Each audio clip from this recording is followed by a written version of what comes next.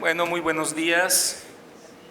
Un saludo muy grande. Vamos a iniciar con este conversatorio, este panel. Pues antes que nada, bienvenidas, bienvenidos a este gran conversatorio que vamos a tener el día de hoy. ¿Me escuchan ahí bien? ¿Sí? Bueno. Ahí va, es que no me escucho yo. Bueno, les decía, pues bienvenidas, bienvenidos a este conversatorio que vamos a tener.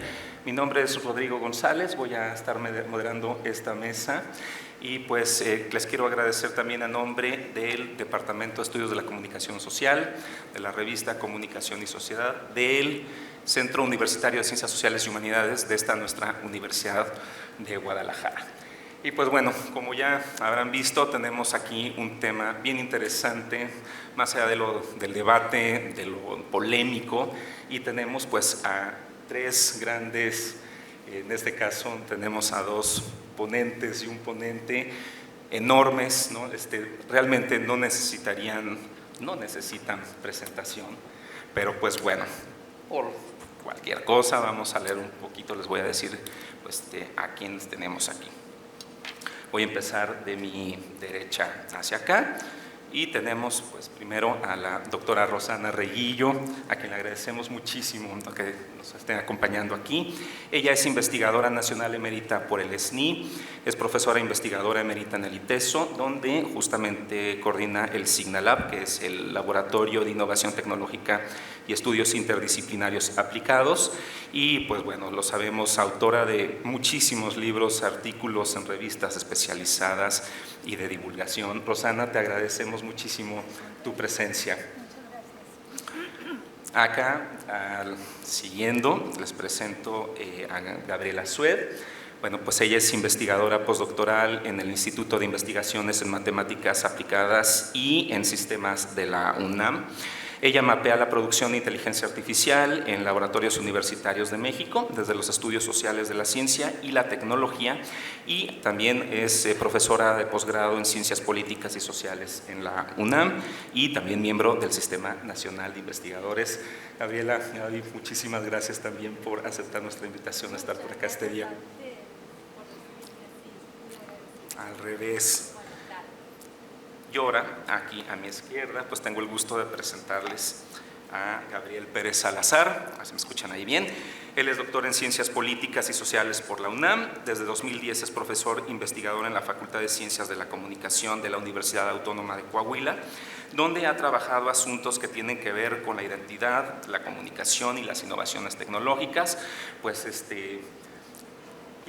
ellas dos, Gabriel, bueno, son referentes internacionales sobre los temas que trabajan, así que pues vamos a abrir este conversatorio, pues que va más la cuestión sobre inteligencia artificial, ¿no? Es el tema que nos está convocando, que hablamos del papiro y de la comunicación hacia los algoritmos, pues la idea es centrar mucho esto en la cuestión de la inteligencia artificial, así que me gustaría empezar a detonar con una pregunta esto que sería, ¿qué perspectiva, qué creen ustedes que es la inteligencia artificial desde cada uno de los tres puntos de vista de lo que ustedes trabajan, que es muchísimo? Entonces, pues, Gabriel, adelante. Muy bien, muchas gracias. Agradezco infinitamente la invitación de la revista Comunicación y Sociedad y la Universidad de Guadalajara, que me ha permitido estar acá desde Saltillo.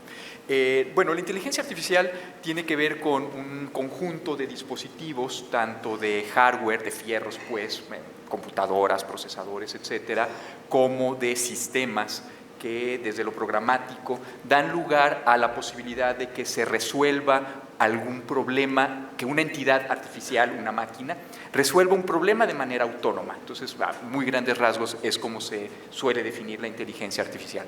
Algo que es importante decir es que no hay una sola inteligencia artificial. Hay muchísimas aplicaciones, hay muchos tipos diferentes de inteligencia artificial. Quizás el que más nos pueda sonar cercano en este momento es el ChatGPT, que hace casi exactamente un año, fue liberado el 30 de noviembre del año pasado, se convierte en uno de los grandes referentes sobre estas innovaciones tecnológicas. seguramente lo conocen.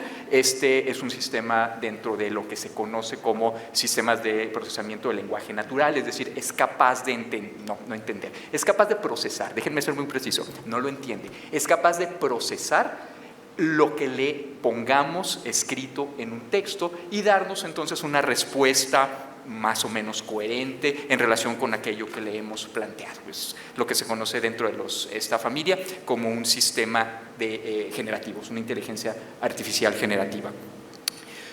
Atendiendo a la invitación que nos hace Rodrigo sobre qué es la inteligencia artificial, después de esta breve introducción, déjenme platicarles muy rápido cómo la encuadro yo, cómo ubico yo a la inteligencia artificial desde mi propia área, que es las ciencias de la comunicación.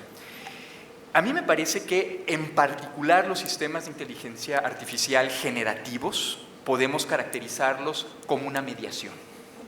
Me explico. Es decir, voy a decir muy rápidamente, voy a explicar muy rápidamente cómo funciona, cuál es la base de los sistemas generativos de inteligencia artificial. Hay una serie de algoritmos que son enfrentados a un corpus de entrenamiento, en este caso del ChatGPT, son grandes volúmenes de texto. Estamos hablando de grandes cantidades de sitios en la web, estamos hablando de la Wikipedia, de libros que han sido digitalizados, algunos legalmente, otros no, lo cual es otra discusión, y que le permiten entonces a esos algoritmos irse entrenando en términos de cómo generar una respuesta cuando nosotros tecleamos una serie de palabras. Eso se le conoce como prompt. Cuando tecleamos entonces un prompt, nos da una respuesta. Muy bien. El entrenamiento de los sistemas generativos de inteligencia artificial, concretamente el ChatGPT, parte, como les decía hace un momento, de una gran cantidad de lo que en las ciencias de la comunicación le llamamos productos culturales, es decir, que son el resultado de lo que se piensa, de lo que se concibe, de lo que se piensa en términos de lo que ustedes quieran. Entonces, cuando la inteligencia artificial, concretamente estos sistemas generativos, nos dan una respuesta, no están realmente generando nada. Lo que hacen es que hay una proximidad semántica y hay una cierta probabilidad de que sea la siguiente palabra en relación con esas otras palabras que le hemos puesto. Entonces, un poco hagan de cuenta si tienen un teléfono inteligente cuando nos empieza a sugerir palabras cuando estamos escribiendo, pero a lo bestia, es decir, mucho más sofisticado, perdón por el término tan académico. Entonces, el ChatGPT, eso es básicamente lo que hace, simplemente que a partir de algo así como 1.3 billones de parámetros, a partir de los cuales genera estas respuestas.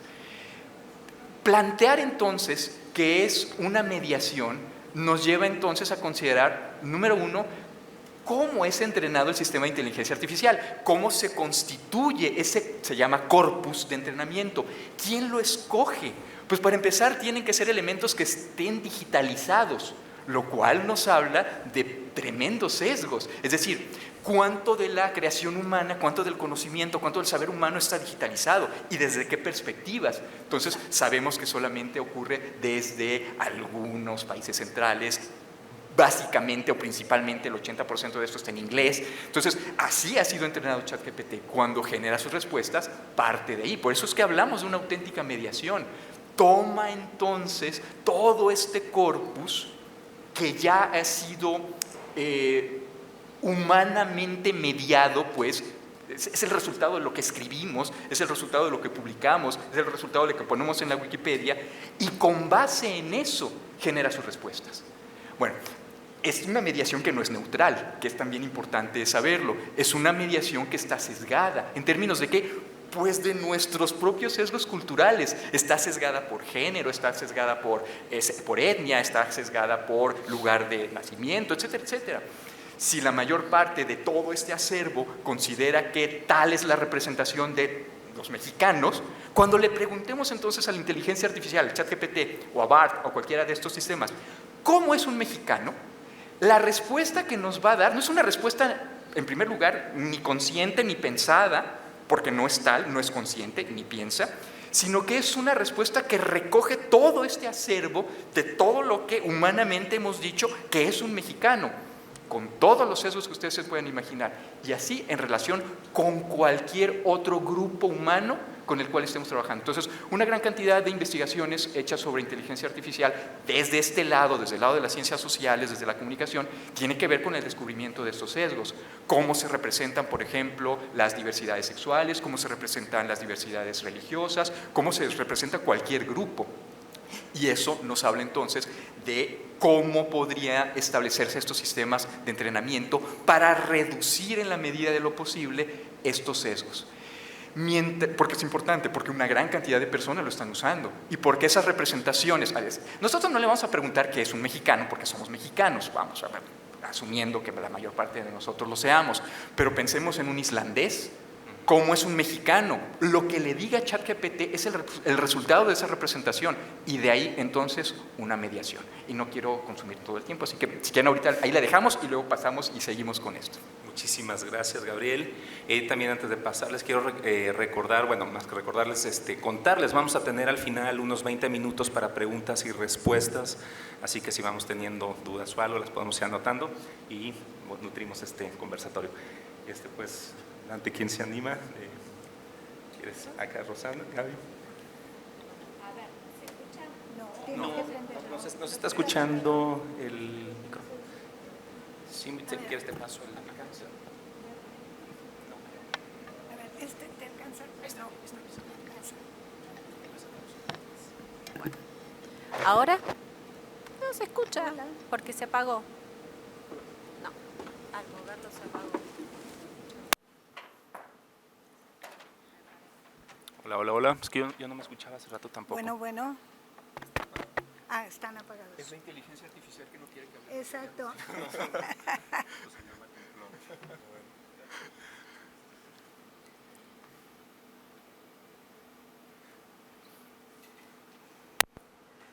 Es Skynet. Te voy a decir de dónde viene porque te asusto.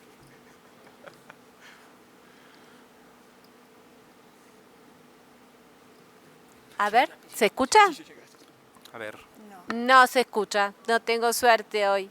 si quieres, pero yo tampoco me escucho. A ver. Acá se escucha tampoco, ¿verdad?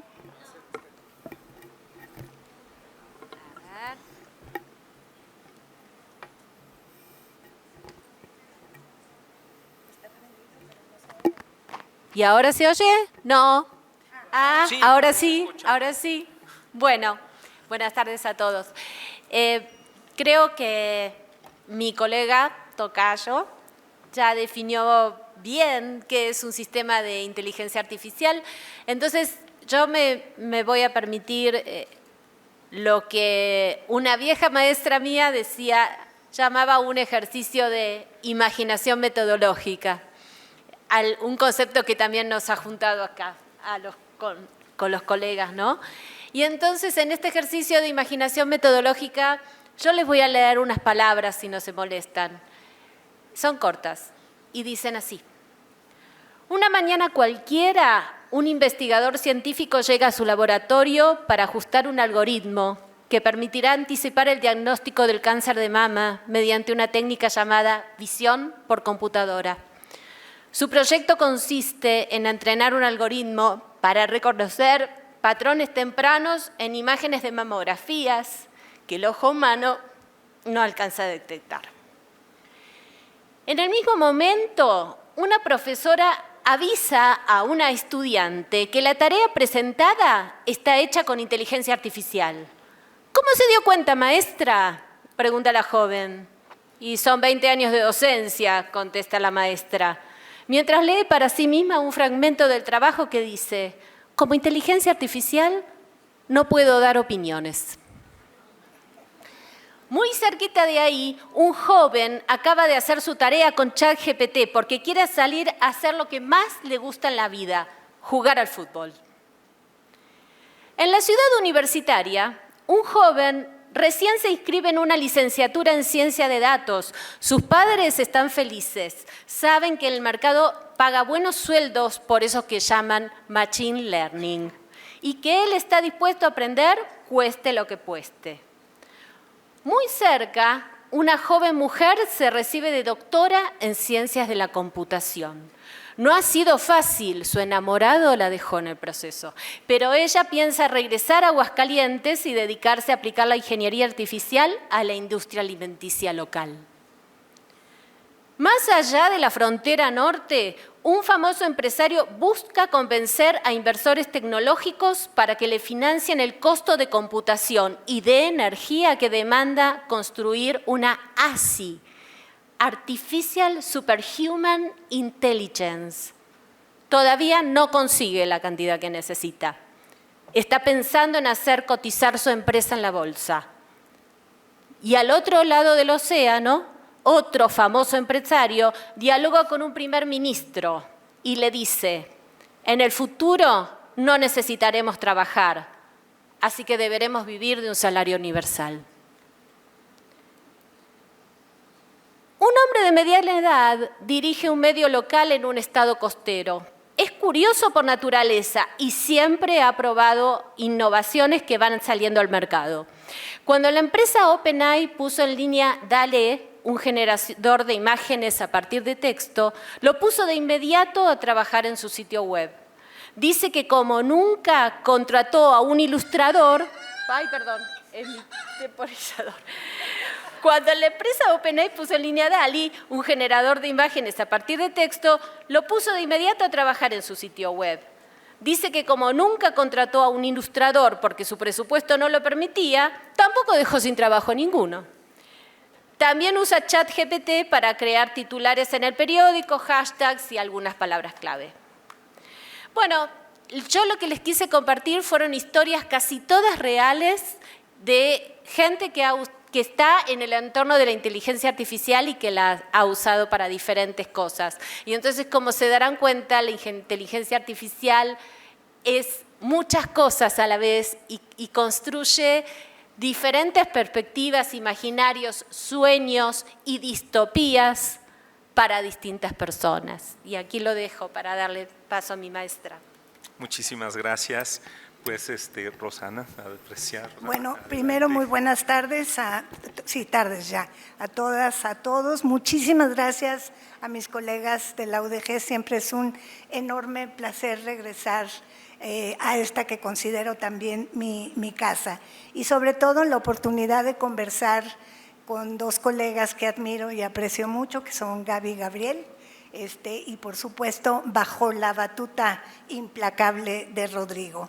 A ver, yo creo que es muy interesante plantearnos la pregunta en torno a la inteligencia artificial, sobre todo en tiempos en los que cunde el pánico, sobre todo en muchos maestros, ¿no?, que están aterrados, y que me he enterado de algunas historias de terror donde hay algunos profesores que están prohibiendo a sus estudiantes utilizar el ChatGPT, por ejemplo, ignorando la potencialidad de aprendizaje que implica utilizar estas herramientas, ¿no? Entonces, no me entretengo demasiado en la definición. Yo creo que Gabriel colocó las ideas fundamentales, ¿no?, como sistemas articulados que sirven para generar respuestas, ¿no?, a partir de ciertas instrucciones o los llamados prompts, que en algún momento habrá una carrera, probablemente la UDG pueda ser pionera, una licenciatura en elaboración de prompts, que es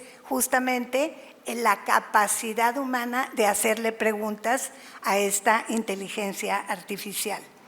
Pero yo quisiera empezar en el 2003, recordando un libro que fue muy importante de Anthony Giddens, Consecuencias de la Modernidad, donde él introduce por primera vez una noción que para mí fue demoledora, o sea, me voló el coco, que es sistemas expertos. Estábamos lejísimos en el 2003 de pensar en algoritmos, o sea, era un camino apenas iniciado. Entonces, en este libro, lo que Giddens hizo fue justamente mostrarnos cómo nuestra vida cotidiana estaba comandada por un conjunto de sistemas expertos que no veíamos. En ese entonces, en palabras de Giddens, cuando yo llego a mi cuarto y hago clic en la luz, detrás de ese pequeño movimiento hay un conjunto de sistemas expertos. Cuando yo me subo a un avión, ¿no? Ese ejemplo me gustó mucho, y me siento y me abrocho el cinturón de seguridad, estoy confiando en un sistema experto que no veo. Cuando abro mi aplicación del banco en el teléfono, estoy confiando en un sistema experto que jamás veo, ¿no? Entonces, creo que pensar en esta lógica guidesiana de los sistemas expertos nos coloca frente a un desafío importante. ¿Cómo pensar la inteligencia artificial a partir, digamos, de la aceleración tecnológica, ¿no? Y también recuerdo que en los años 60, Levi Strauss, este gran antropólogo, acuñó una frase que fue muy importante, que dijo: hay objetos buenos para pensar. Muchísimos años después, otro gran antropólogo, García Canclini, afirmaba y escribía: el consumo es bueno para pensar, y la gente se le fue encima sin leer su libro, pero a lo que se refería García Canclini era justamente cómo preguntarle a las formas en que consumimos dietas intelectuales, consumimos objetos, podemos entender qué es lo que pasa en la sociedad. Entonces yo planteo que la inteligencia artificial es un excelente objeto para pensar y pensarnos como sociedad y qué es lo que nos está pasando. Me acerco ahora muy rápidamente, también para no tardarme demasiado, a una película que también es un golpe en el cerebro, que es Inception, ¿no? De Christopher Nolan. Probablemente los más jóvenes de aquí no la han visto, pero yo sugiero enfáticamente que la vean. Es un viaje a lo que puede ser una metáfora de la inteligencia artificial. En esta película, el protagonista, ¿no?, que es Leonardo DiCaprio, bastante joven, se llama Don Kropp y es experto en robar datos, en robar secretos, pero lo hace siempre a través de los sueños, ¿sí? Se coloca frente a sus víctimas en ensoñaciones, y a partir de ese sueño es que va extrayendo datos y secretos de empresas. Las empresas lo contratan para que le robe secretos, por ejemplo, industriales a su competencia. La película es muy interesante porque este cuate y su equipo, que son unos super cracks de la tecnología y de la biotecnología, etcétera, porque es todo un procedimiento muy complejo, no voy a hacer spoiler, pero llega un momento en que está tan culpado por la justicia que no puede ver a sus hijos, no puede retomar su vida, y entonces recibe una oferta fundamental. Y la oferta es hacer lo mismo que hace, pero al revés, que va a ser dificilísimo, ¿sí? Y su contratante le dice: ahora no se trata de que robes datos, sino que implantes una idea en la víctima. Así, esta película, que se llama El origen en español, se pregunta: tu mente es la escena del crimen. Entonces, en este sentido, yo pienso que la inteligencia artificial, pienso por ejemplo en el ChatGPT, digamos como lo más acabado en este sentido, podemos pensarla en una lógica de implantación de ideas mutuas. Les voy a explicar un poco por qué lo pienso así de manera muy rápida. Las primeras veces que utilicé ChatGPT con mucho temblor, pero siempre asesorada por el joven equipo de Signal, que son unos maravillosos tecnólogos y pensadores de la tecnología contemporánea, me fui dando cuenta, digamos, cómo yo me acercaba de una manera muy convencional al chat, ¿no? Entonces fui pasando de formulación de prompts, de preguntas y de instrucciones, de lo más simple a lo que cada vez se me volvió o se me ha vuelto en un tema más complicado, ¿no? Entonces, por ejemplo, empecé preguntándole: ¿cuáles son los principales aportes de Guillermo Orozco en el campo de la comunicación? Y por supuesto, no, me desplegó una respuesta magnífica, la fui revisando y dije: bastante cercano. Había que enmendarle la página, ¿no? En varias cosas al chat, pero en general era muy sofisticado. En la medida en que fui experimentando más, llegué a formulaciones como la siguiente. ¿Cómo entiende Rancière el reparto de lo sensible y las formas de mirar el mundo? Y para mí fue sorprendente que este chat, que está alimentado hasta el 2022, justamente con estos sesgos de los que ya habló Gabriel, tenía un conocimiento tan profundo del pensamiento filosófico de Rancière que realmente a mí me impresionó, pero tuve que ir haciendo ajustes, tal como me han enseñado, ajustes al prompt para hacerlo cada vez más sofisticado, ¿no? Hasta llegar al momento de conversar con el chat, que ya casi tengo ganas de ponerle un nombre, ¿no? Bautizarlo. Para mí es un hombre, no sé por qué, no logro identificar al chat GPT como una mujer, sino como un hombre. Y entonces soy Rosana Reguillo y me saluda, ¿no? Hola, Rosana. Investigadora mexicana, de acuerdo a todas mis publicaciones disponibles, sugiéreme 3 títulos para hablar sobre los desafíos de la inteligencia artificial. Y entonces me arroja los títulos que me sugiere y se parece bastante a mi lenguaje natural, bastante, pero también hay que irle haciendo correcciones. Entonces Nolan tiene razón, tu mente es la escena del crimen, ¿no? En esa interacción con la inteligencia artificial, lo que está pasando es no sé si cómo lo lean Gaby, Gabriel, Rodrigo, pero es una especie de inception, porque tú estás entrenando al algoritmo, ¿no? Entonces, el miedo que muchos profesores tienen de que sus alumnos hagan su tarea con ChatGPT es absurdo, porque en la medida en que tú entrenes críticamente el pensamiento de los estudiantes, van a ir entrenando al algoritmo para producir cada vez mejores respuestas, ¿no? Entonces yo creo que apenas estamos en los inicios de lo que es de lo que son estos sistemas, que son muchos, bien lo dice Gabriel, y son muchos los ejemplos, como bien muestra Gaby, y estamos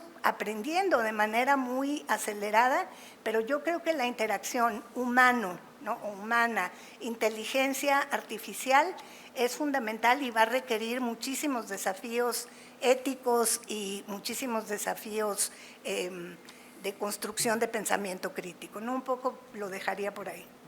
Muchísimas gracias, Rosana. Pues justamente me sumo a retomar tu pregunta que nos hacías ahorita muy detonadora. Y para eso quiero empezar con también hacer la pregunta. Me voy a remitir a una anécdota que nos acaba de pasar hace relativamente 20 y tantas horas, ¿no? Estábamos platicando ayer en el lobby del hotel, cuando nos estábamos recién encontrando, y empezamos a platicar de lo que íbamos a tener hoy, ¿no? de los temas que nos interesan. Entonces surgía la cuestión de la inteligencia artificial, los algoritmos, y de pronto alguien que estaba sentado por ahí cerca no aguantó la curiosidad y de plano vino, se acercó con nosotros aquí con el grupo, nos invitó una cerveza y nos dice, a ver, cuéntenos de qué están hablando, ¿no es? Y empezó a hacer preguntas, por ejemplo, del tipo de, oigan, ¿y con la inteligencia artificial se podrá, cómo podremos hacer para que la bolsa, cómo podemos saber, cómo podemos adivinar cómo utilizar la bolsa, ¿no? Cosas por el estilo? Y justamente Gabriel respondió una cosa que me pareció buenísima, que fue, le dijo, mire, no somos ingenieros, no somos economistas, somos gente de ciencias sociales, y lo que pensamos sobre la inteligencia artificial, los algoritmos y demás, es sobre las ciencias sociales y desde las ciencias sociales.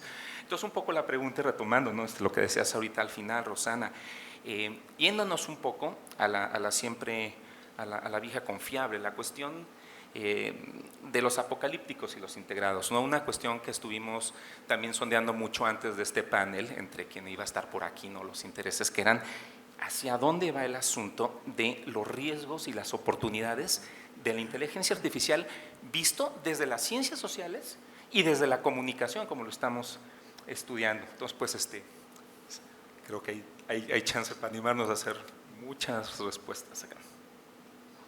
¿Quieren? Adelante, Gabriel. Gracias. Adelante. Bueno, una breve anécdota personal. Yo empecé una carrera que es Ingeniería en Sistemas, no la terminé, es una carrera trunca. Cuando me cambio a Ciencias de la Comunicación, siempre permaneció en mí esa, ahora debo admitirlo, fascinación por la tecnología. Entonces, cuando empiezo mis estudios de posgrado en la UNAM, una de los aspectos que tuve que domar fue justamente esa fascinación por la tecnología. Y ahora lo veo más bien desde el otro lado, desde el punto de vista de vamos a enfatizar cuáles son los posibles riesgos que presenta esta tecnología. Y de repente se me olvida un poco ese entusiasmo como de niño que sentía yo cuando tenía 16, 17 años en términos de estos dispositivos.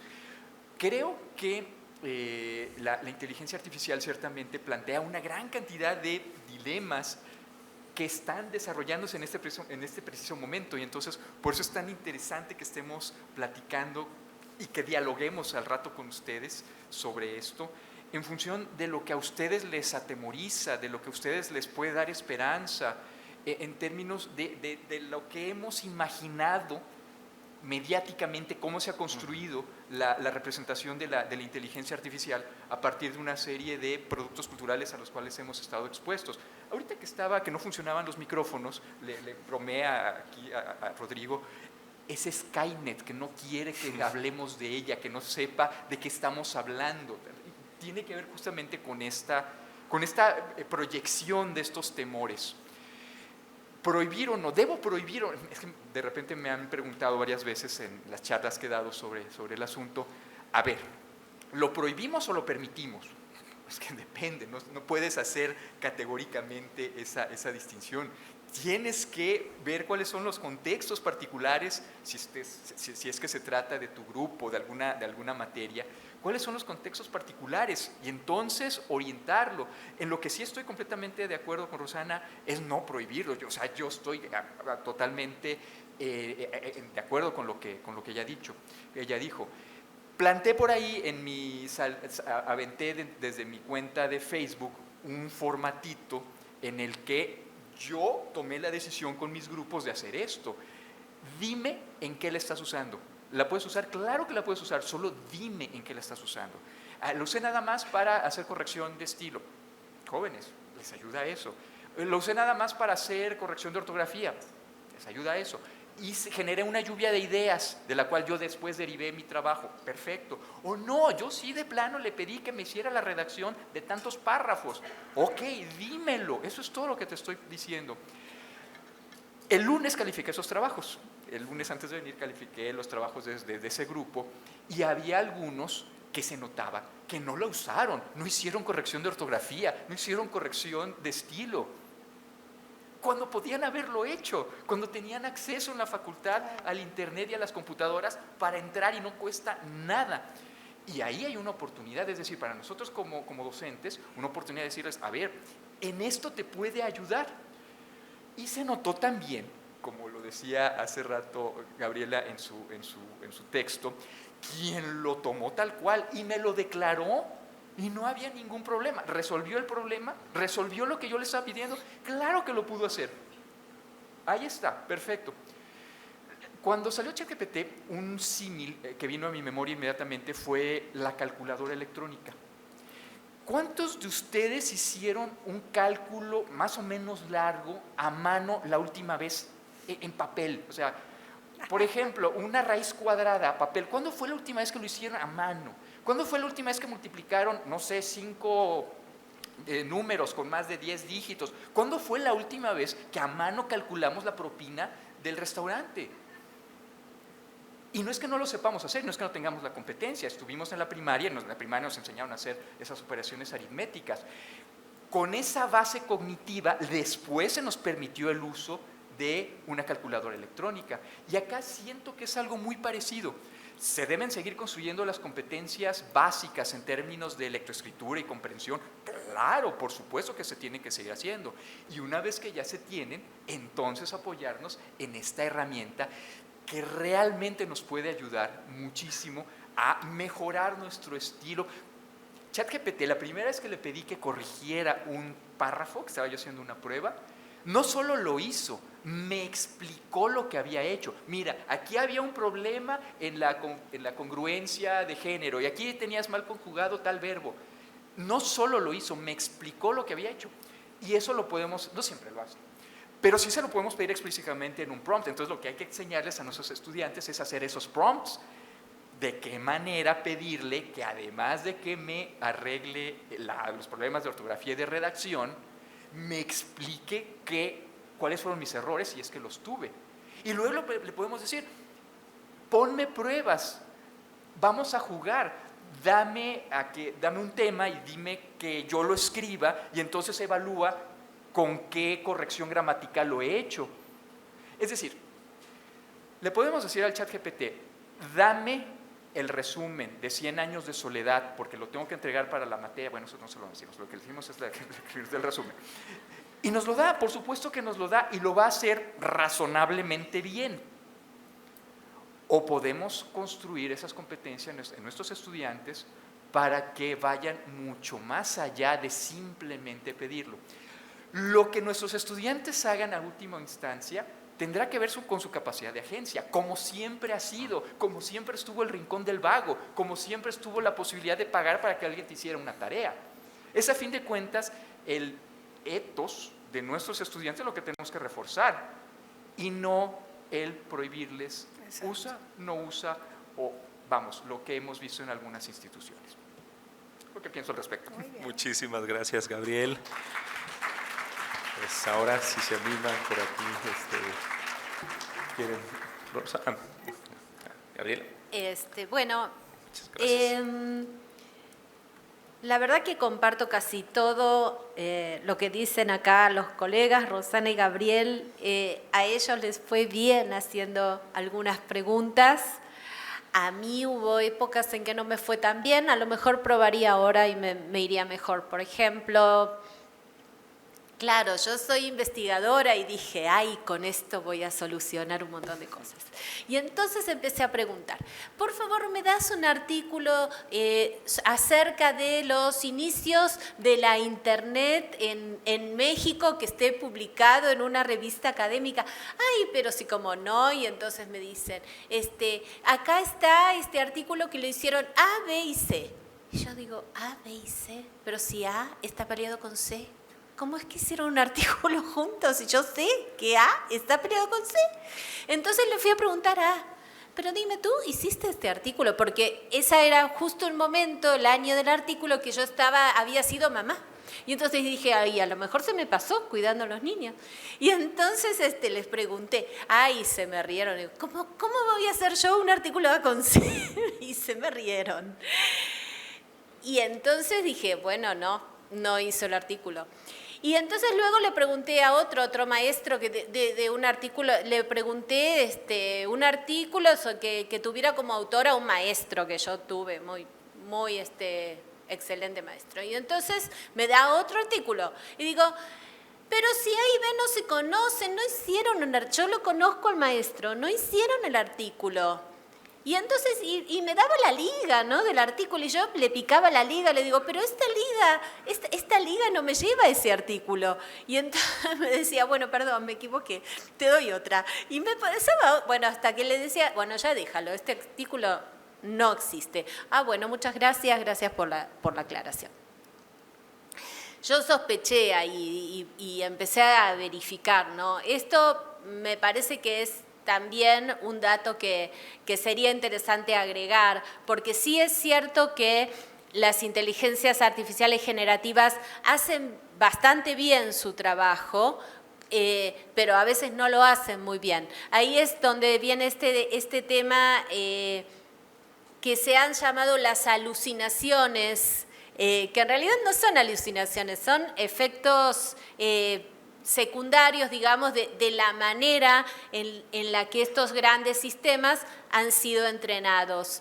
Y han sido entrenados como colocando una palabra y al lado la palabra que más frecuentemente es esperable que aparezca al lado de la primera. Por ejemplo, si uno dice estados, bueno, probablemente lo primero que aparezca sea Estados unidos en un conjunto grande de información variada formada por millones de textos. Y es mucho menos probable que aparezca Estado de México o Estados Unidos mexicanos. Entonces, frente a esta manera de aprender, lo que hace de alguna manera el sistema es como entrenarse en tratar de unir lo que más frecuentemente aparece. Y ahí es donde se generan errores no queridos, porque muchas veces lo más frecuente no es lo verdadero, no es lo que ocurrió realmente, sino que es una frecuencia de lo que está haciendo es juntar ciertas frecuencias. Así que hay que tener un poco de cuidado. Ahora bien, sí yo comparto en que a pesar de esta situación, me parece que estamos en un momento de transición, este es el estado del arte de estas herramientas, estamos en un momento de transición y en ese sentido tenemos que poder trabajar con ese estado de transición sin sentirnos culpables, nosotros, bueno, muchos de nosotros somos maestros, maestras, sin sentirnos culpables, sin culpabilizar a nuestros estudiantes. A mí lo que me gusta de la estrategia de Gabriel es que no los culpabiliza. Y suponte que nos pasa que se nos pasó un trabajo, se nos pasó y bueno, lo hizo con el chat, se nos pasó. Está bueno tener la hojita que tiene Gabriel, ¿no? Porque así el alumno se sincera y esta situación de se me pasó puede, digamos, salvarse bien, porque se salva con honestidad. Pero vamos a suponer que a nosotros se nos pasó el trabajo. No sentirnos culpables porque se nos pasó el trabajo. Porque detrás de esto hay un modelo de sociedad. Detrás de cada tecnología hay un modelo de sociedad. Y el modelo de sociedad que nos trae ChatGPT no es el mejor modelo de sociedad que nos trae detrás. O sea, es un modelo en donde una compañía muy grande lanzó esto al mercado para ver qué pasaba, donde sus expectativas son otras, que son la de efectivamente construir una superinteligencia humana, y lo hizo sin pensar en las consecuencias sociales. Obviamente, esta tecnología iba a traer consecuencias en los entornos de producción de conocimiento, en las escuelas, en las universidades, en la ciencia.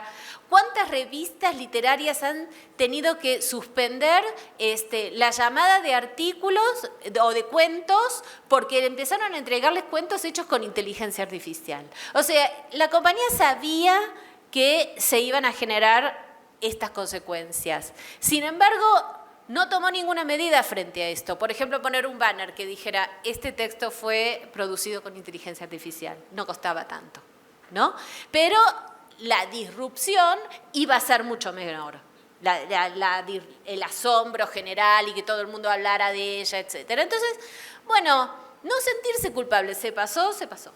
Yo soy de la opinión de necesitamos un pensamiento complejo, necesitamos usar, estas tecnologías ya están aquí.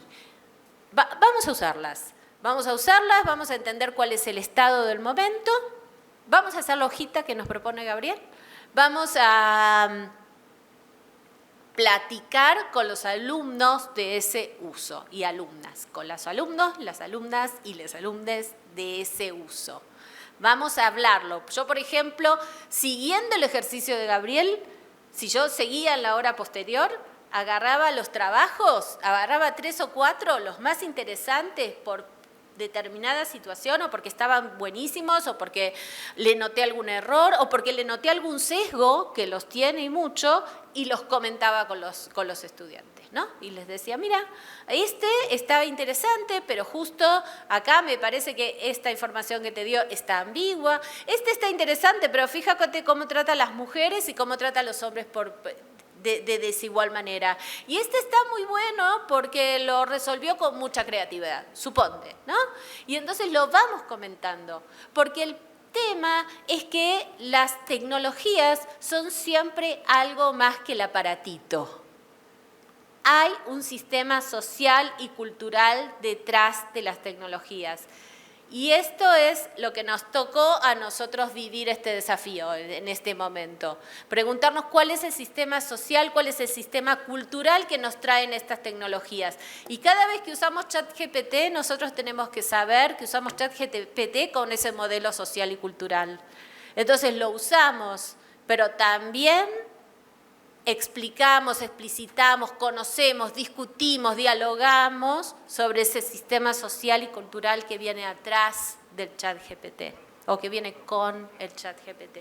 Es un pensamiento complejo, no es un pensamiento simple, pero me parece que es un momento en donde realmente necesitamos recurrir a pensamiento complejo antes de simplificar por el sí o por el no, o por el es bueno o es malo, o por vamos a colaborar o nos van a sustituir.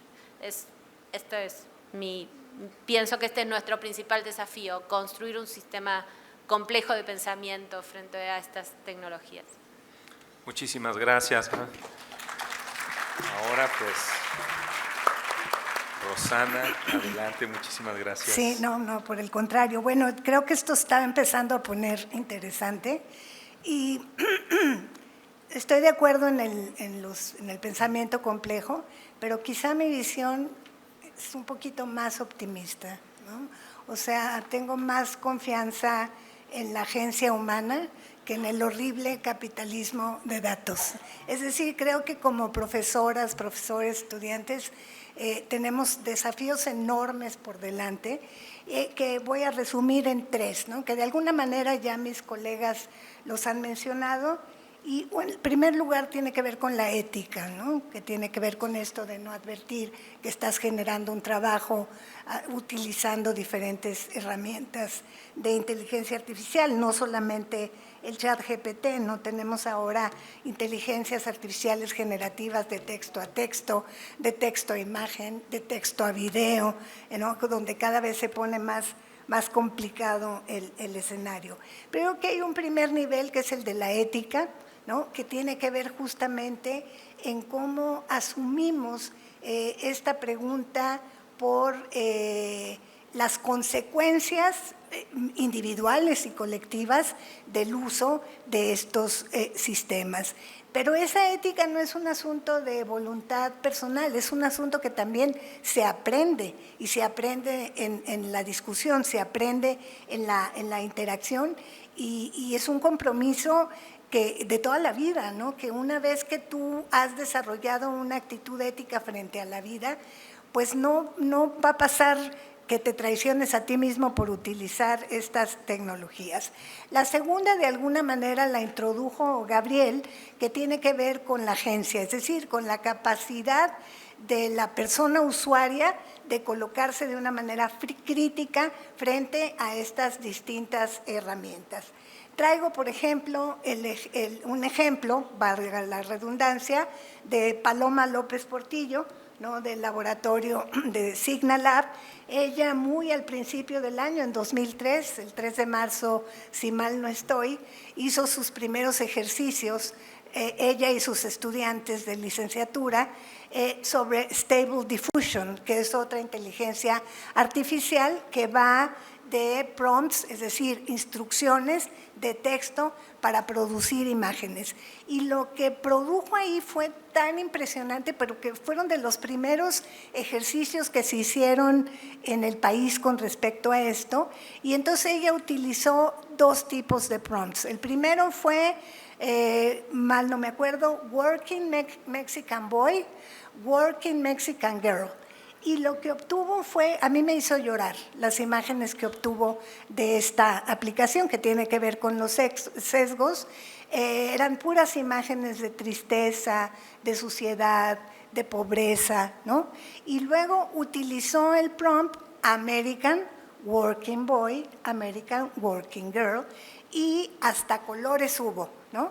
Me hizo acordar muchísimo este ejercicio de la película Tráfico, también no sé si la recuerdan, con Benicio del Toro, donde toda la película es en Magnicolor, son colores maravillosos, pero cuando el fiscal, cuando el zar cruza a Tijuana, los colores cambian a un sepia sucio, ¿no?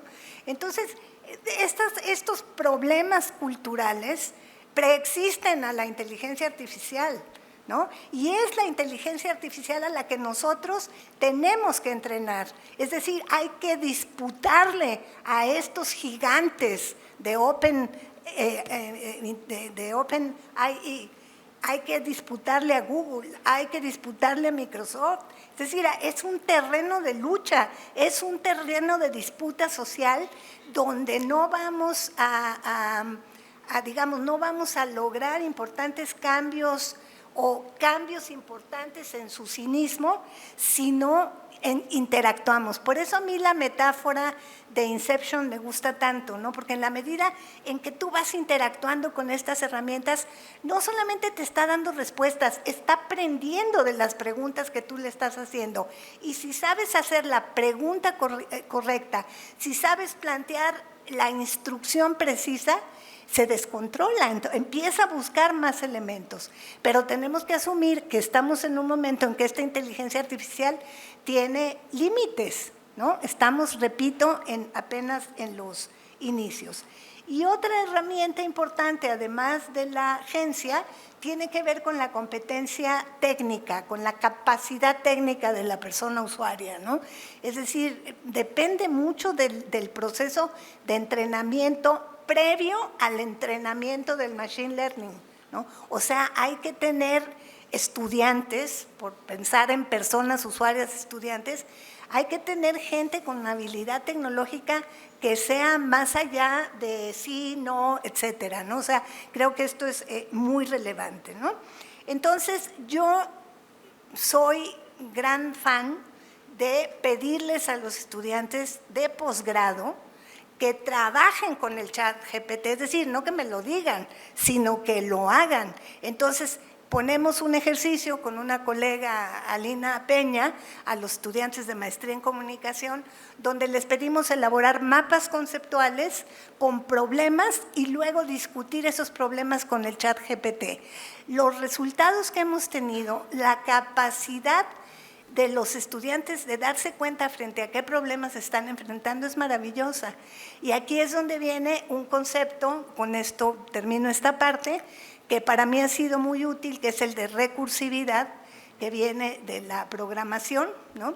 Que es un concepto que yo jalo para hacerlo trabajar en otro registro, pero la recursividad no es otra cosa más que el sistema autoconvocándose a sí mismo para una reflexión, para involucrar en otra tarea, ¿no? Entonces, la primera vez que yo utilicé el término recursividad fue para referirme al trabajo maravilloso de la artista y performancera Teresa Margolles, que ha producido unas piezas brutales sobre las violencias que nos habitan, en concreto en su exposición tan importante sobre el narcotráfico en Italia, donde ella mandó, y el curador Cuauhtémoc Medina mandaron a hacer unas tarjetas como bancarias con las que se corta la cocaína. Y entonces, en un momento del performance, se le entregaba al público estas tarjetas con la instrucción de son tarjetas para cortar cocaína. Por un lado, pues eran unas tarjetas rojas que decían el nombre de la exposición, etcétera, pero al voltear la tarjeta era la fotografía de un cadáver deshecho por esta violencia narca, y entonces cuando como público tú volteabas y veías esa imagen, se producía un efecto de recursividad, es decir, te metía a ti mismo en la lógica de la complicidad frente a la cadena de violencias. Entonces, utilizando ese ejemplo, a mí me parece que esta dimensión recursiva que tenemos que potenciar, lo que nos posibilita es justamente ir entrenando al algoritmo, ir entrenando, ir haciendo machine learning con preguntas que interrumpan la lógica capitalista de este sistema cultural. Un poco por ahí lo veo.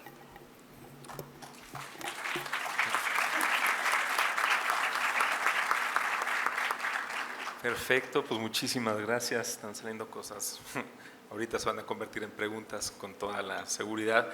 Y pues ahora empezaríamos ya la última ronda de intervenciones. Y pues con esto, pues lo que les quisiera yo proponer es lo siguiente: si quisiéramos complementar algunas de las cosas que hemos dicho aquí, las unas a los otros, así un poquito, o si quieren también exponernos algún tema, alguna generalidad, alguna particularidad de justamente este gran debatido, problemático asunto que es la inteligencia artificial. Y pasaríamos entonces para también aprovechar a tener una ronda también pues nutrida de preguntas y respuestas. Gracias. A ver, ¿quién se...?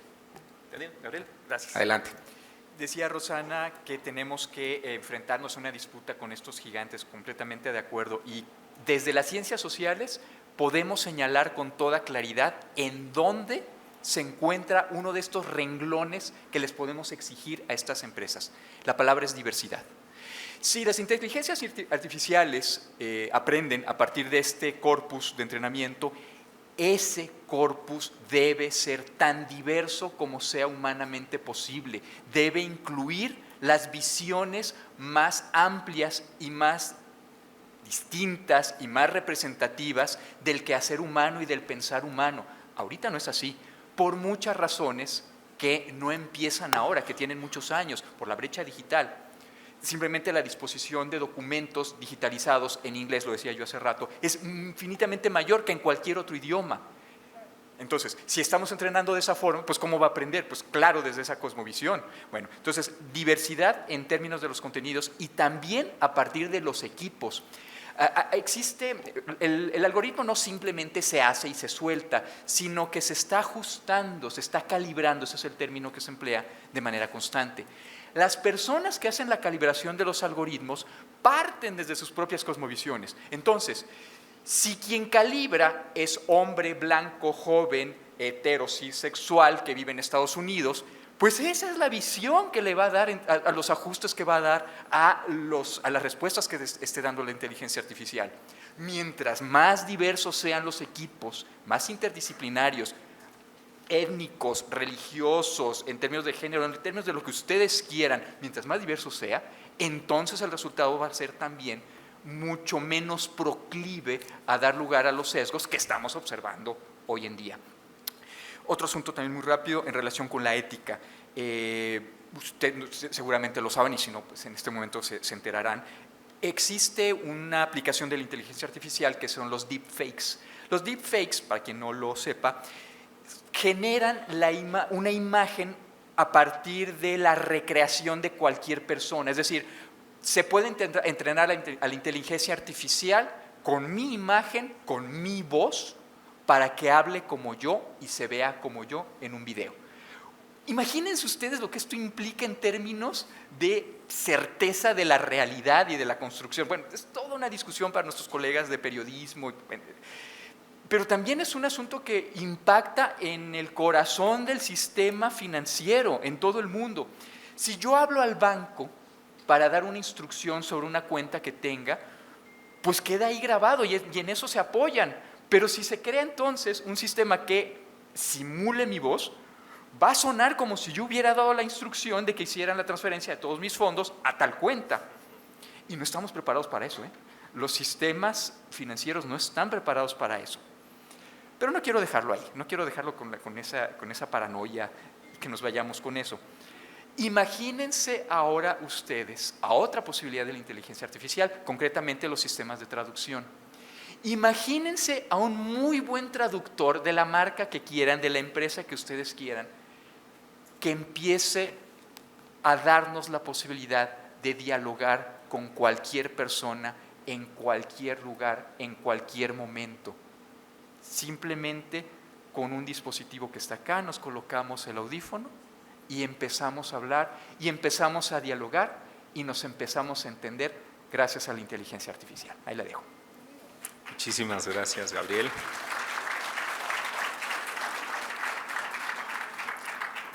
Y pues si quieren, seguimos el orden que traíamos así, igual. Pues Gabriel, adelante. Gracias. Yo parezco joven, pero no soy. Y hace muchísimas décadas daba daba unas clases en la universidad de allá en Argentina que se llamaban Taller de Informática, Telemática y Procesamiento de Datos. Y no, tengo que decir algo que me suena muy mal, pero no existía la internet en esa época.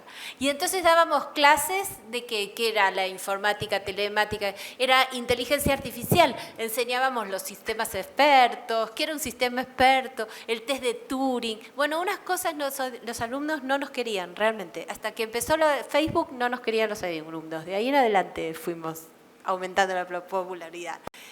Pero nosotros hacíamos la pregunta en esa materia. Nosotros nos preguntábamos, ¿qué nos hace humanos? Nosotros nos dimos cuenta de que lo que la inteligencia artificial nos venía a proponer era pensar qué nos hace humanos. Y lo que nos hace humanos, esa es una pregunta que tiene 1000 respuestas. A Rosana la hace humana una cosa, a mí me hará humana otra, a Gabriel otra, y a usted, cada uno de ustedes los hace humano una cosa diferente. Pero ahí, ese es el punto, porque la inteligencia artificial va a querer lo que nos hace humanos. Y si nos hace humanos, no se lo demos, porque es lo que nos hace humanos. Todo lo demás podría ser que nos ayude, que colabore, que mire mejor que nosotros, que lea mejor que nosotros. Pero lo que nos hace humanos, ¿qué hace que un medio de comunicación sea un medio de comunicación prestigioso, interesante, como el que tiene Darwin? ¿Qué le hace a Darwin ser Sonadox? No se lo demos a la inteligencia artificial.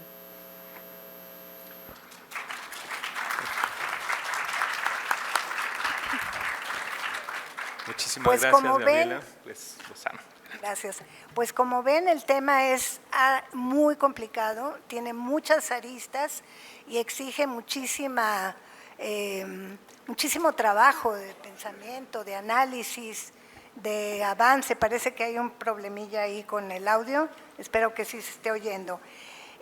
Yo empecé muy optimista, ¿no? Y digo que todos mis amigos dicen que soy optimista de closet, pero quiero terminar con una nota crítica de las cosas que a mí, en lo personal, me preocupan precisamente por todo lo que cotidianamente vemos, no solamente en este país, sino en el mundo, ¿no? Pensemos las recientes elecciones en Argentina y el triunfo de este personaje Milei y lo que se ve venir para ese país. Entonces, yo recuerdo cuando empezábamos a hacer los primeros ejercicios en Signa, iban a ser las elecciones en Estados Unidos donde competía Hillary Clinton contra Trump. Y fue muy interesante ver cómo el crecimiento, digamos, de los famosos bots, ¿no? Que es un término realmente muy simple que no explica gran cosa, ¿no? Son códigos o pueden ser personas manejando 1000 computadoras al mismo tiempo o un chavito con 50 teléfonos, etcétera. A lo que voy es que en esas primeras elecciones de Trump se hizo más que evidente el riesgo de la tecnología de avanzada, no solamente en términos de las posibilidades de las noticias falsas, de alterar la verdad, etcétera, sino de generar formas de representación que terminan siendo un terrible engaño social. Nos dimos cuenta, por ejemplo, cómo muchos de los usuarios, no tengo pantalla aquí para mostrarles los grafos, pero están en la página de Signa, signalab.mx, en estas elecciones cómo se iba pintando la ola azul y la ola roja, y cuando analizábamos, ¿no?, de manera ya cualitativa, ¿no?, en una metodología multicapa donde vamos trabajando grandes volúmenes de datos, luego haciendo filtrados, hasta llegar al análisis semántico y cualitativo más fino, nos dimos cuenta de que muchas de las cuentas que apoyaban así enfáticamente a Trump tenían un problema en sus fotografías, y eran puras fotografías GAN, es decir, fotografías generadas con herramientas artificiales. Entonces, hay un sitio que se llama This Person Doesn't Exist, donde tú puedes ir y decir, bueno, yo para las elecciones del 2024 de México, quiero parecer una maestra de primaria que apoya incondicionalmente a X, me da lo mismo, cualquiera de los posibles candidatos finales. Y entonces te robas la foto, te armas tu perfil y tu discurso se convierte en una apología a determinado candidato desde una fotografía que es falsa, pero que en el fondo inspira profunda confianza. Entonces, a lo que quiero llegar con esto es que tenemos que disputar espacios, tenemos que habilitar la crítica, el pensamiento crítico, pero también tenemos que habilitar la competencia tecnológica. En la medida en que los estudiantes desde primaria, desde los primeros años de primaria, aprendan a relacionarse con estas cosas y aprendan a hacer un trabajo crítico con la inteligencia artificial, va a ser mucho más difícil que ese sistema, ¿no?, este ethos neoliberal que nos ha causado tantos problemas, pueda seguir avanzando de manera tan impune. Entonces, creo que tenemos muchas cosas a favor, pero la batalla no es fácil, ¿no?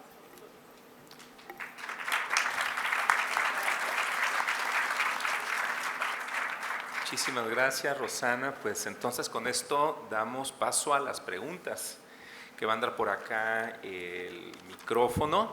Entonces, si alguien tiene ya de entrada una primera pregunta, es el momento. Y tenemos por acá, y después por acá, y acá.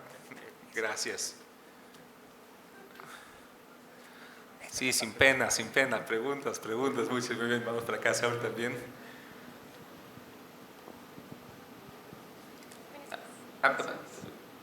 Bueno, vamos a ver, aquí te la vamos a ver. ¿Ya lo tienes?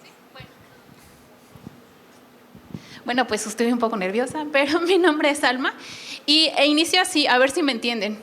Vengo de la conferencia de acá al lado, del Salón 1, de lo de la inteligencia artificial.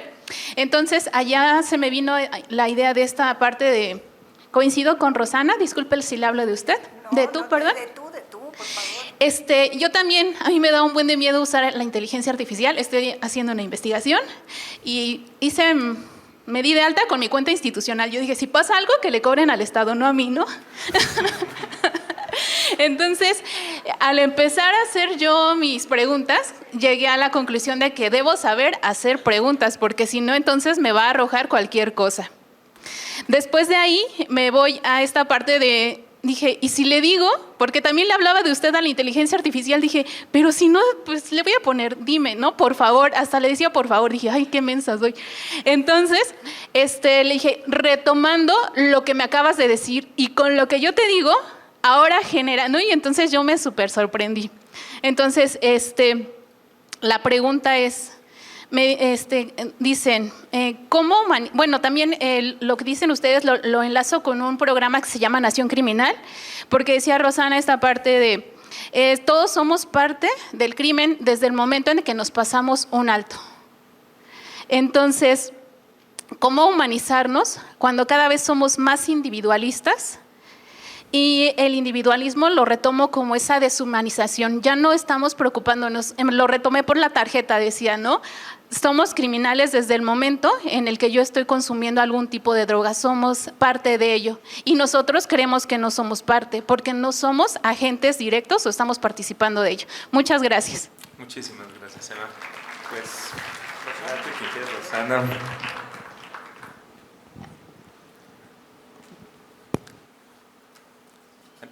no sé, creo que la pregunta va dirigida más bien hacia Rosa.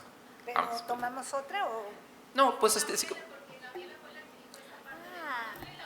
Ok. Sí, también podemos decir a quién va dirigida la pregunta también. No, está muy bien. Estamos iniciando la dinámica.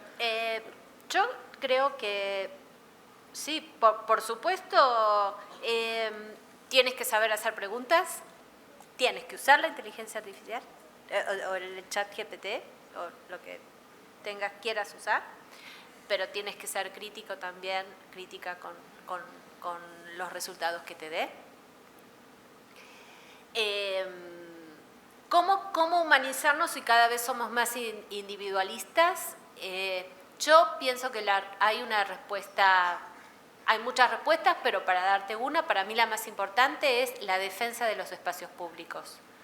Porque una cosa sería aprender a usar la inteligencia artificial desde cualquier punto de vista, digamos, o porque soy un científico de datos o porque soy una socióloga que me interesa la inteligencia artificial y la sociedad, desde lo que sea, sola en casa con una plataforma, y otra cosa es lo que seguramente hace Rosana, que va al salón de la universidad y platica con todos y hace grupo, hace comunidad, aprendemos entre todos y lo discutimos entre todos, y no, pero yo no estoy de acuerdo. Bueno, eso hoy en día para mí es una forma de resistencia, la defensa del espacio público. Y no está en cualquier lado, son cosas que por ahí nosotros damos por sentado, pero si vamos por otros ámbitos, leemos otras cosas, votamos otras personas, nos damos cuenta de que el espacio público no está tan presente como creemos nosotros que estamos aquí, que nos juntamos a platicar sobre esto. Eso es espacio público, es un montón. Eso no está. Entonces, el espacio público, la defensa del espacio público para que podamos intercambiar en comunidad es fundamental para poder seguir. Es lo que nos hace humanos. Gracias. No sé si Rosana, Gabriel quieren aportar algo. Sí, yo sí. Una de tus preocupaciones era cómo aprendo a hacerlo. En el verano tomé un curso de cómo aprender a hacer prompts. Prompt Engineering, está en Coursera. El punto es que cuando terminé, me tardé como 2 semanas más o menos en terminar el curso. Cuando terminé dije yo, estaba yo tan entusiasmado que dije, les tengo que compartir eso. Entonces hice un libro que está gratis y que se los quiero poner a disposición de quien quiera descargarlo, es gratuito totalmente, está en mi blog. Lo orienté a cómo aprender a hacer prompts concretamente para los entornos educativos. Los ejemplos que desarrollé están orientados a eso, pero de ahí se puede aplicar para cualquier cosa. Mi blog es mi nombre, así, Gabriel Pérez Salazar, todo en minúsculas, .wordpress.com. gabrielperezsalazar.wordpress.com. Hay una pestaña que dice publicaciones y debe ser como el primero o el segundo, de ahí para abajo. Entonces ahí está, gratis para quien lo quiera usar, y espero que te sea de utilidad. Perfecto, muchas gracias, Rosana. No sé si... Muy rápido. Yo me acuerdo cuando terminaste el curso, Gabriel, y te leí en Facebook, así dije que yo quiero tomar ese curso. Estaba súper entusiasmado. A ver, la humanización, la individualización, sí, estamos en un broncononón planetario, ¿no? Es un problema muy serio. Yo digo que el principal problema que tenemos, más que la individualización, que es un problema, es la falta de empatía, ¿no? Algo se nos ha roto en este modelo sociocultural que nos hemos dado y político, donde el sufrimiento de las y los otros parece que es algo lejano, ¿no? Entonces, creo que una forma, digamos, de recuperar esa capacidad humana, o si alguna vez existió de manera total, ¿no?, en algún periodo de la historia, yo creo que la única manera tiene que ver con cómo fomentar la empatía, ¿no? O sea, cómo hacerte solidaria con las demás personas, cómo dolerte de los dolores ajenos, cómo alegrarte de las alegrías ajenas, ¿no? Entonces, yo pienso, estoy absolutamente convencida como antropóloga, pero también como investigadora todoterreno, que muchos de los problemas de la inteligencia artificial preexisten a la inteligencia artificial, ¿no? Y ahí es, digamos, donde habría que poner el foco fundamental, pero de una manera creativa, amorosa, con confianza en que podemos, digamos, hacernos cargo, ¿no? Para mí esa es la pregunta, hazte cargo, ¿no? Y creo que eso es lo que hay que fomentar en la enseñanza, aprendizaje con los estudiantes. Muchísimas gracias por sus respuestas. Tenemos por acá otra pregunta y tenemos por acá, después para acá. Adelante. Gracias. Perdón, es que era un poquito más atrás y después… Si no, era acá, sí, en el beige. Y entonces pasamos así y así. Gracias. Buenas tardes a todos. Antes que nada me presento. Soy Fátima, estudiante de preparatoria. Y lo mío más que una pregunta es un comentario. Yo como estudiante también puedo ver en mis profesores la preocupación constante porque los alumnos tengamos esta herramienta. Sin embargo, yo considero que es algo muy útil. Para empezar, hace que los alumnos tengan más tiempo para desarrollar otras actividades, ¿no? Como lo decían, jugar al fútbol y eso. Y también el hecho de que para los profesores también es muy sencillo identificar cuando un texto o un documento está hecho por inteligencia artificial, digo. Es cuestión de preguntarle al chat si el texto está escrito por él, o sea, si lo hizo él, y ya él te responde si lo hizo y qué partes del texto hizo él. Entonces también siento que eso a los profesores les podría servir mucho. Si es una preocupación, pueden saber qué parte de la tarea hizo el alumno. Y ya sería todo de mi parte. Gracias, Fátima. ¿Quieren? Pues ayuda también a que los profesores tengamos tiempo para poder comer y dormir, así como para los estudiantes. Para hacer memes. Tiempo para hacer Y hacer memes también. Va. ¿Nada más, Gaby? No, felicitar Vas. por tu comentario. Me parece padrísimo. Ahora sí, adelante. Ok, muchas gracias. En primer lugar, agradecer muchísimo, me he disfrutado cada instante. O sea, qué potencia. En el caso particular, o sea, yo soy pro tecnología, creo en eso. De hecho, organicé una feria del libro en un metaverso en mi país y creo que tenemos que unir las dos cosas. Sin embargo, tengo una preocupación que considero real. Los bajos índices de lectoescritura, que son un hecho, 4 de cada 5 niños no comprenden un texto simple, y si nos vamos a los adolescentes y adultos, quizás aquí en la feria haya un porcentaje más alto, pero en general, ni siquiera los adultos comprenden bien un texto. ¿Cómo vamos? O sea, ¿qué podemos hacer?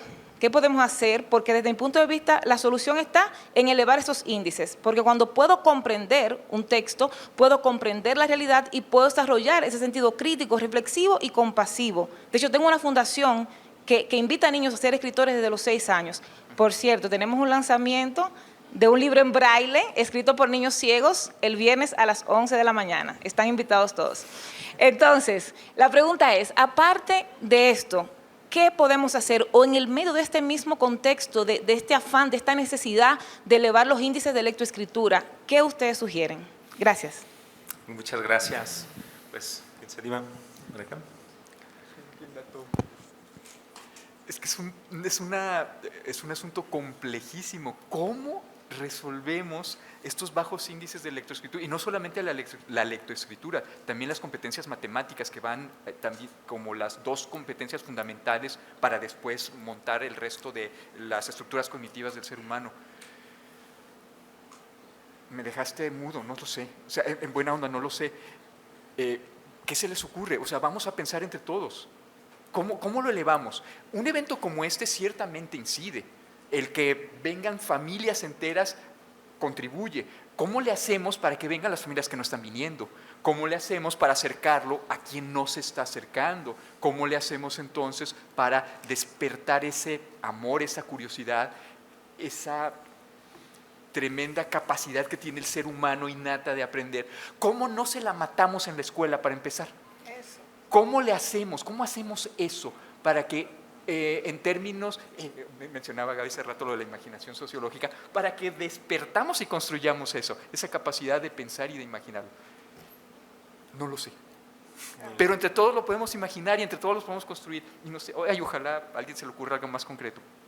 Perdón. No sé, por acá.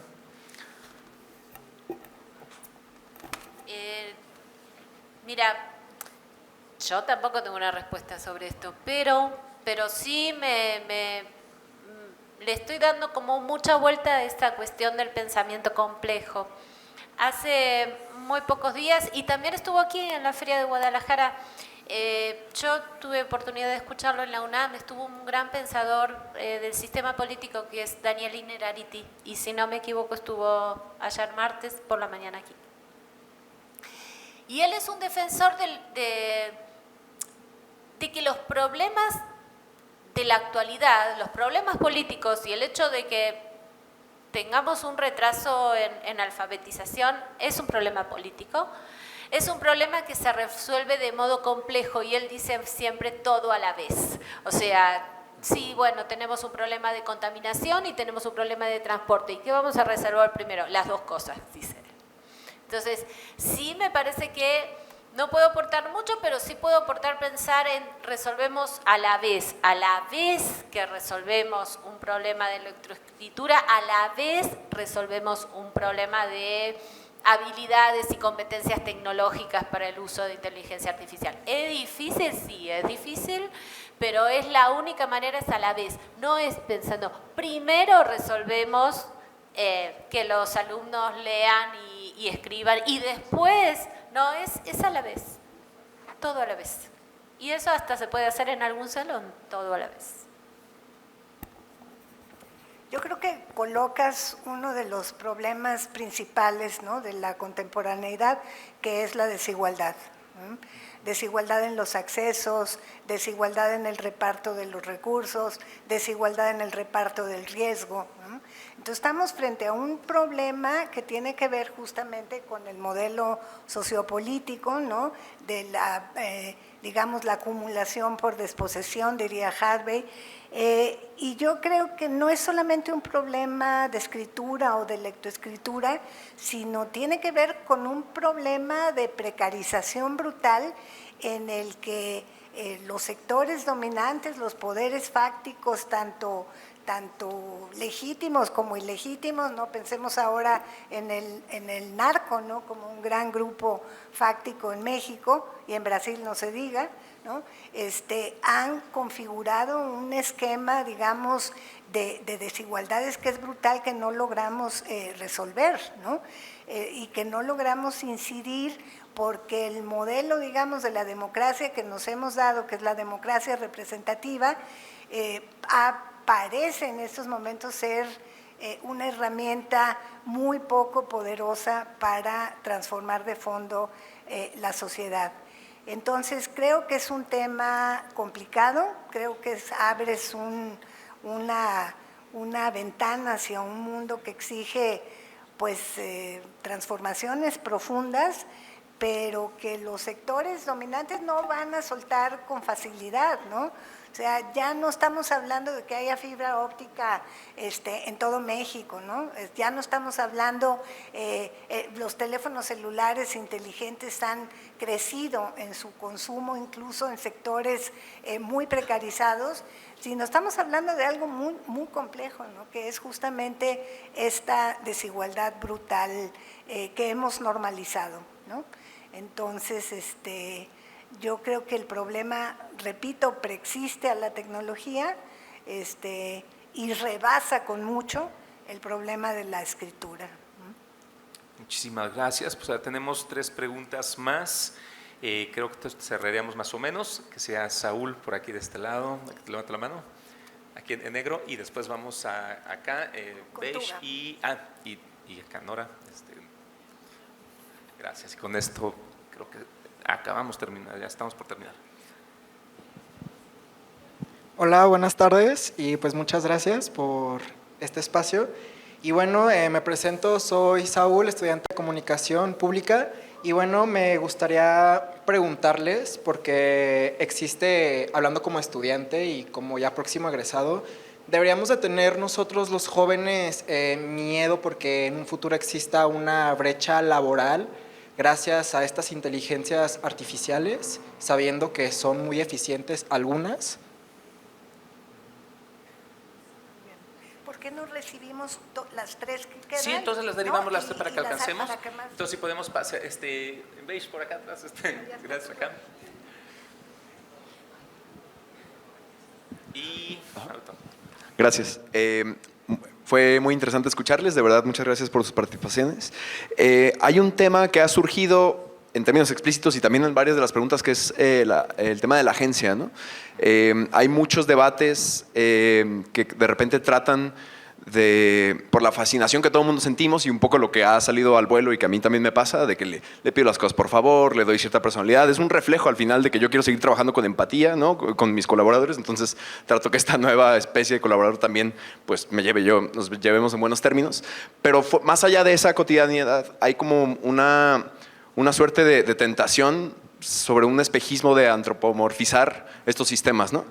Y entonces hay como mucha, de nuevo, tentación de llevar los debates a ya tienen conciencia, ya pronto tienen derechos, dónde está la agencia de estos sistemas, y que un poco pasan de lado todo lo que está demoliendo o todo lo que está pasando por encima en términos de agencia, derechos, dignidad humana, ¿no? Entonces quisiera conocer sus opiniones respecto a qué lugar ponen a la agencia en ese sentido, desde las personas frente a estos sistemas, no frente al robotcito, sino entendiendo los sistemas algorítmicos, corporativos, empresariales de datos que hay detrás, y en qué momento podrían, o si siquiera creen que es capaz, y perdón si eso ya lleva a una cuestión de ciencia ficción, pudiera tener un sistema así agencia, o tal vez me interesa más el por qué no, y por qué tal vez sería más interesante plantearnos dónde está la parte humana, como ya han estado subrayando. Muchas gracias.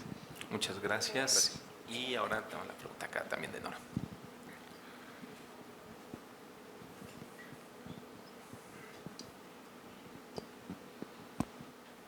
Hola, buenas tardes. Mi nombre es Nora López.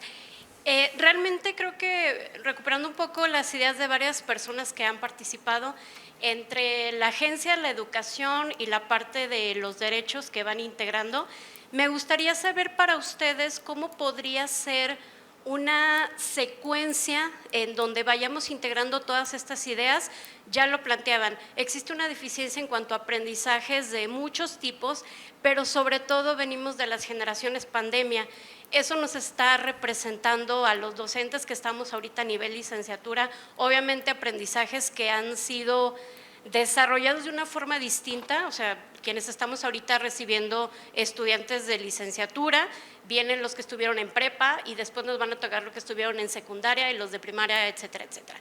Entonces, me gustaría saber cómo podemos lograr integrar conocimientos que implican, lo mencionaron, esta tecnificación, que al final de cuentas implicaría una alfabetización mediática y técnica, ¿dónde podría entrar, en qué nivel educativo? Porque creo que muchos de quienes estamos aquí estamos hablando, pensamos a nivel tal cual, ¿no? Licenciaturas, posgrados, pero muchas veces esto se viene desarrollando desde mucho antes, donde no tienes los conocimientos necesarios que lo mencionaban, ni de comprensión lectora, ni de redacción, ni de mil un cosas. Yo estoy en la parte matemática y tengo la posibilidad de dar clases tanto en lo privado como en lo público, en el ITESO y en la UDG, y te das cuenta de esto mismo que mencionaban, estas brechas que son impresionantes respecto a los accesos y por supuesto cómo tener este positivismo ante cosas que definitivamente no siempre se tienen accesibles, además de hasta dónde como seres sociales podríamos nosotros optar por la parte de los nuevos contratos sociales, que los vimos ahora con las huelgas que hubo en Estados Unidos de actores, de escritores, en donde si bien la legislación y la propia investigación social y de otros tipos, nunca le damos alcance a lo que se está viviendo en la parte cotidiana, en esta complejidad social. Entonces, ¿hasta dónde se puede volver a optar para eliminar esta parte individualista, pero para recuperar desde el contrato social, pero como más segmentado, porque al final de cuentas lo mencionaron?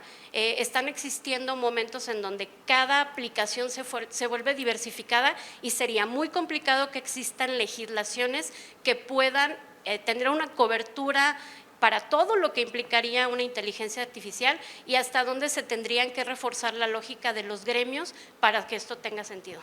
Gracias. Muchas gracias.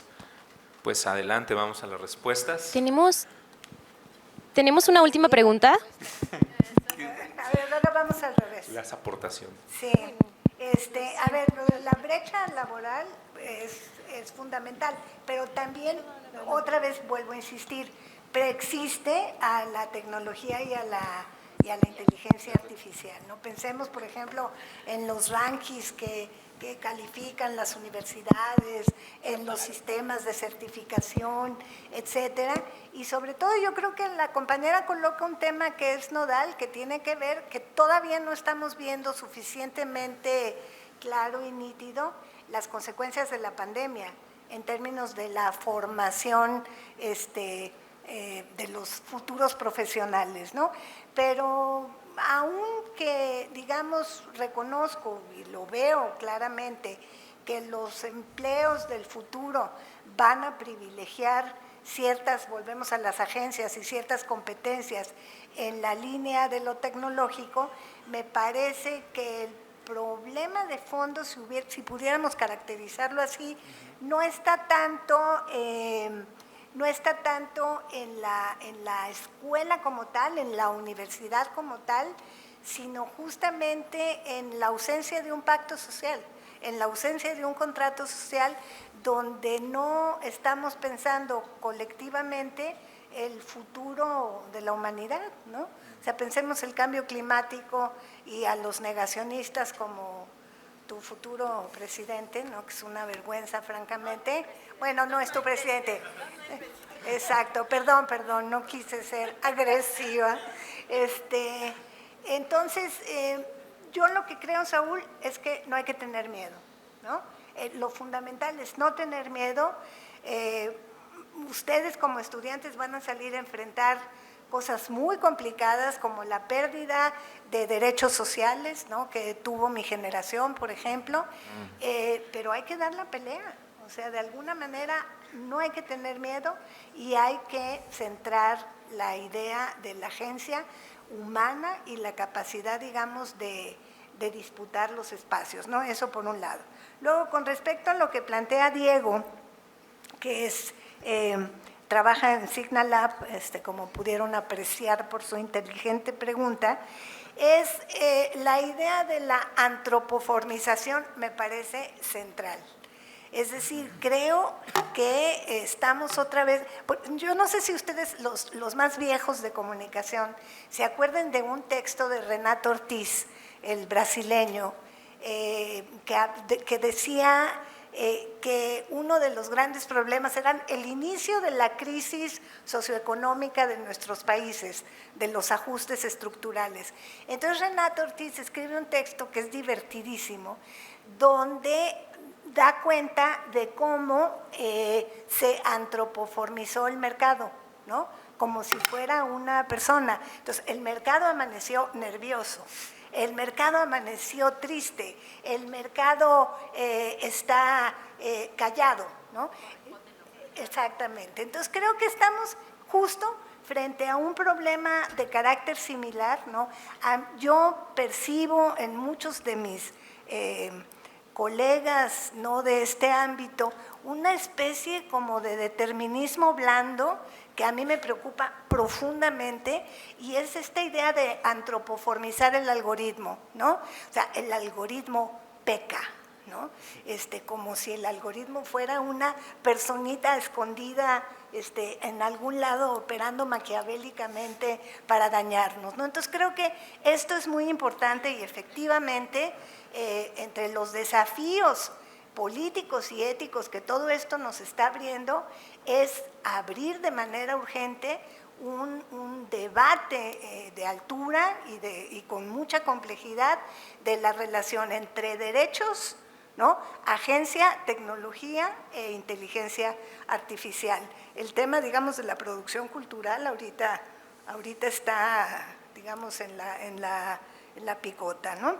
Y la idea de la educación, yo no comparto, no tengo uno mejor, confieso, pero no comparto el término de alfabetización digital, me pone nerviosa, me da una especie como de erisipela, porque es un concepto del siglo XIX, ¿no? O sea, y si seguimos jalando conceptos del siglo XIX para enfrentar muchas de las prácticas para las cuales no tenemos nombre, pues vamos a seguir reproduciendo un montón de vicios y de errores, pero me parece que tocas un tema absolutamente nodal y sustantivo, ¿no?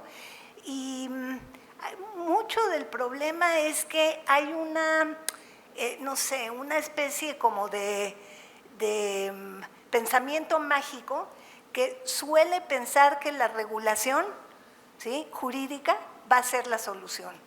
Y yo soy totalmente antirregulación. Yo creo que esto tiene que, digo, con límites, por supuesto, pero creo que lo que estamos enfrentando aquí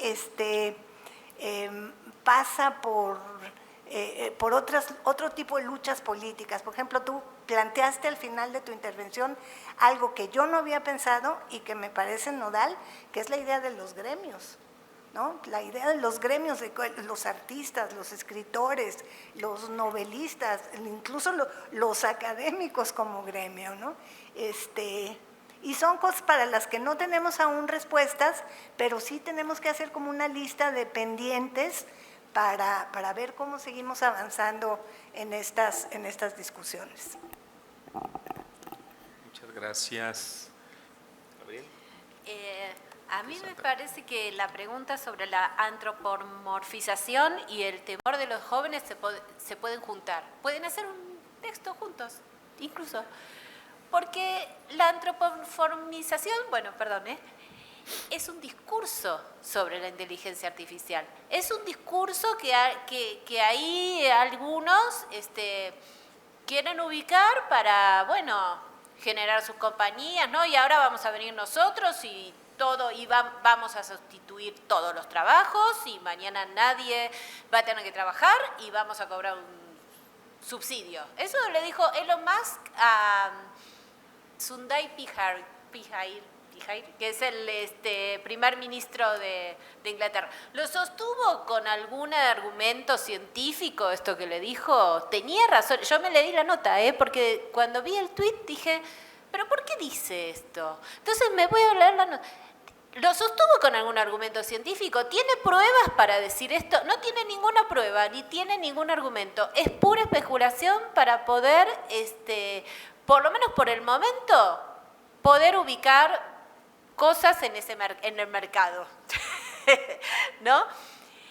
Y de ahí es que se genera el temor. El temor es el temor a ese discurso, a que ese discurso se imponga. ¿Y qué podemos hacer frente a eso? Podemos deconstruir ese discurso. Podemos decir, esto no es una amenaza. Vamos a desactivar esta amenaza.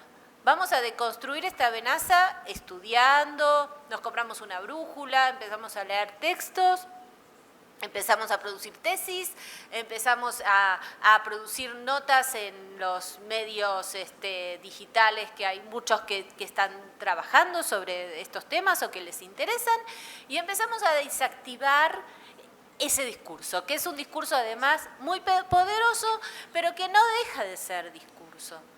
Entonces me parece que ahí temor nunca. Además, justo los jóvenes no deben temer, sino ¿qué vamos a hacer el resto de la sociedad?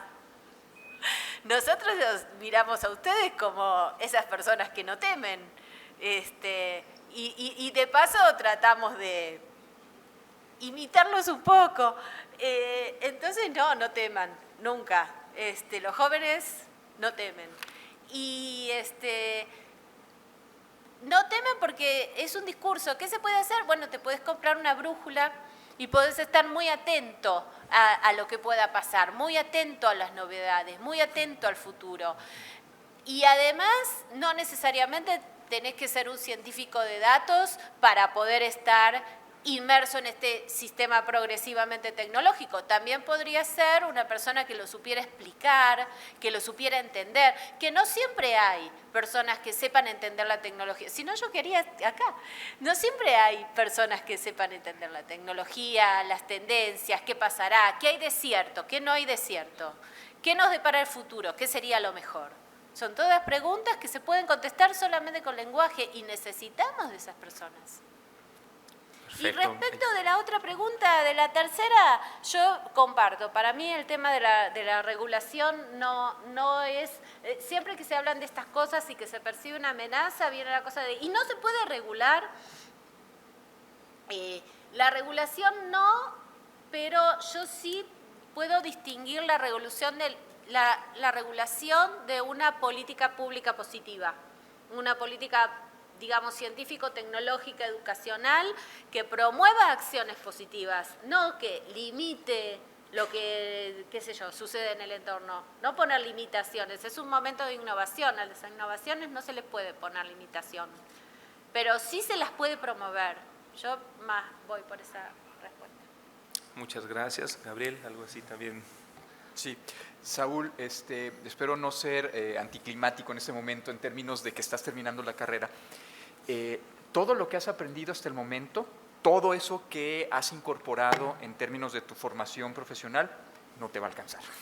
Es decir, no es suficiente para lo que vas a enfrentar allá afuera. Pero ya lo decía Gaby, es decir, en la medida en la que Saúl, y todas, y todos, y todes, quienes están aquí presentes, que son estudiantes, mantengan una actitud de constante aprendizaje, de no dejar nunca de seguirte preparando, seguir estudiando, seguir fortaleciendo tus competencias.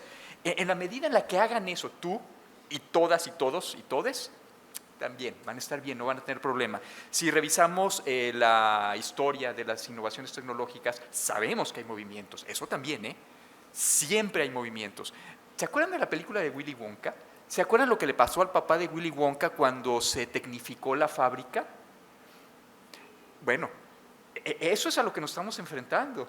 Y ese es el momento, esa es una metáfora, pues, de los procesos postindustriales. Entonces, de lo que se trata entonces es de aspirar a no ser el que pone la rosquita en el dentrífico, sino el que diseña la máquina que pone la rosquita en el dentrífico. Por otro lado, en relación con la tendencia a antropomorfizarlo todo, que planteaba Diego, bueno, los seres humanos hemos evolucionado como una especie social. Es innato en nosotros hacer eso. De hecho, no hay forma de que no lo hagamos. Fíjense ustedes, vamos a hacer este ejercicio. Pongo un punto acá, ¿ok? Pongo otro punto acá, ¿de acuerdo? Y luego trazo esta línea. ¿Qué es? No es una carita sonriente, son dos puntos y una línea.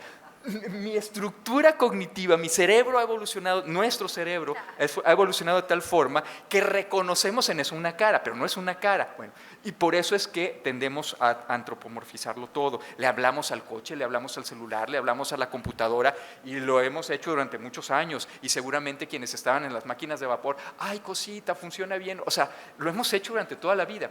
La cuestión es hacerlo consciente.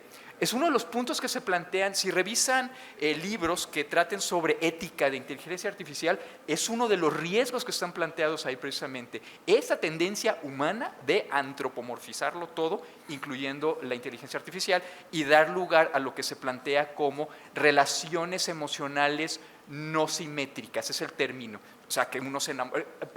Ella, la película Ella, pues, lo que pasa ahí con ese personaje.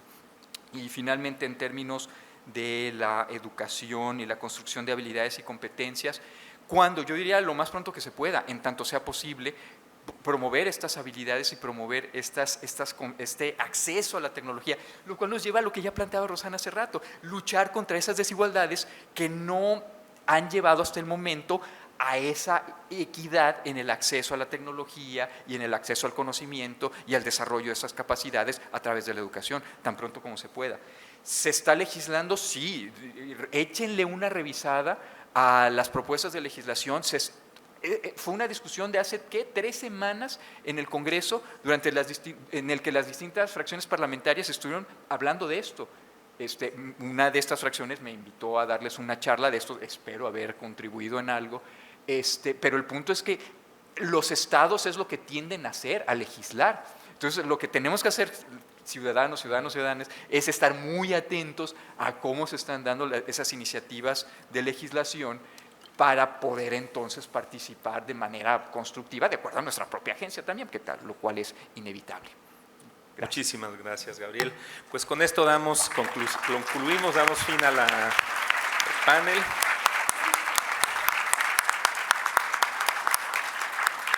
Pues queremos agradecerles mucho su presencia y pues agradecerles mucho a nuestro panelista, doctora Rosana Reguillo, doctora Gabriela Sued, doctor Gabriel Pérez.